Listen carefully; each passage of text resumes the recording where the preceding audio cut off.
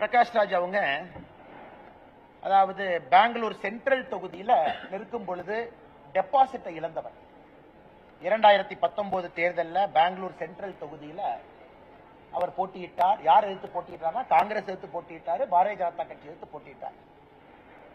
அங்கே டெபாசிட்டை இழந்த ஒரு நடிகர் என்பதுதான் பிரகாஷ் ராஜ் அவர்களுக்கு அரசியல் இருக்கக்கூடிய அனுபவம்.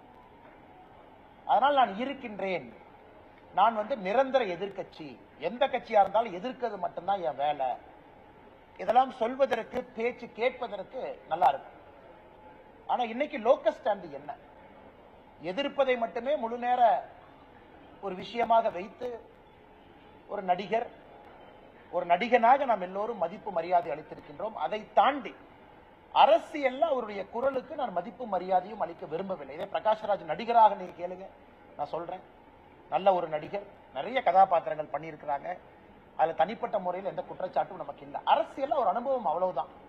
2019 பெங்களூர் சென்ட்ரல் தொகுதியில பிரகாஷ் ராஜ் அவங்க தேர்தல் நீங்க பாருங்க, எப்படி நின்னாருன்னு பாருங்க, யாரை எதிர்த்து நின்னாருன்னு பாருங்க, அப்ப காங்கிரஸ் பத்தி என்ன பேசினாங்கன்னு பாருங்க, பிஜேபி பத்தி என்ன பேசினாங்கன்னு பாருங்க. இன்னைக்கு மோடி எதிர்ப்பு என்கின்ற ஒரே காரணத்திற்காக இந்த பக்கம் சேர்ந்து கொண்டு மோடியை திட்டுவது மட்டுமே முழு நேர வேலையாக நடிகர் பிரகாஷ் ராஜ் அவங்க வச்சிருக்காங்க. மற்றபடி அதை நாங்க சீரியஸா எடுத்துக்கலீங்க.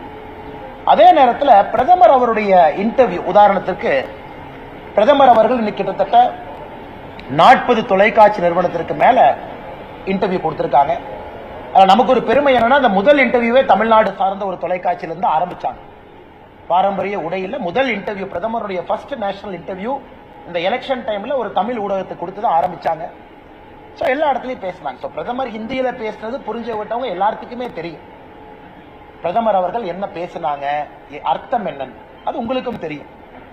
குறிப்பாக பிரதமர் அவர்கள் என்ன சொன்னாங்கன்னா, இங்கே ஒரு வேலையை செய்வதற்காக அனுப்பப்பட்டவன் நான், என்னுடைய வேலை கர்மா என்ன என்பது எனக்கு தெரியும் அப்படின்னு பிரதமர் சொன்னதை உடனே இவங்க அப்படியே மாத்தி, அது இந்தியில பிரதமர் பேசினதை மாத்தி அதை ஸ்டேஜ்ல ஒரு 4 பேர் பேசுறாங்க. அதை வைத்து நாம் என்ன பதில் சொல்றது? அது பிரதமர் அங்க மட்டும் இல்ல, மேடையிலேயும் சொல்றாங்க, பொதுக்கூட்டத்திலேயும் பேசுறாங்க. அவருடைய கடமை என்ன, ஆண்டவன் எனக்கு என்ன வேலை கொடுத்திருக்கா அந்த வேலையை செய்யறங்கிறாங்க. அதனால இதை திரிச்சு பேசுறவங்க நம்ம என்ன பதில் சொல்றது மேடம்?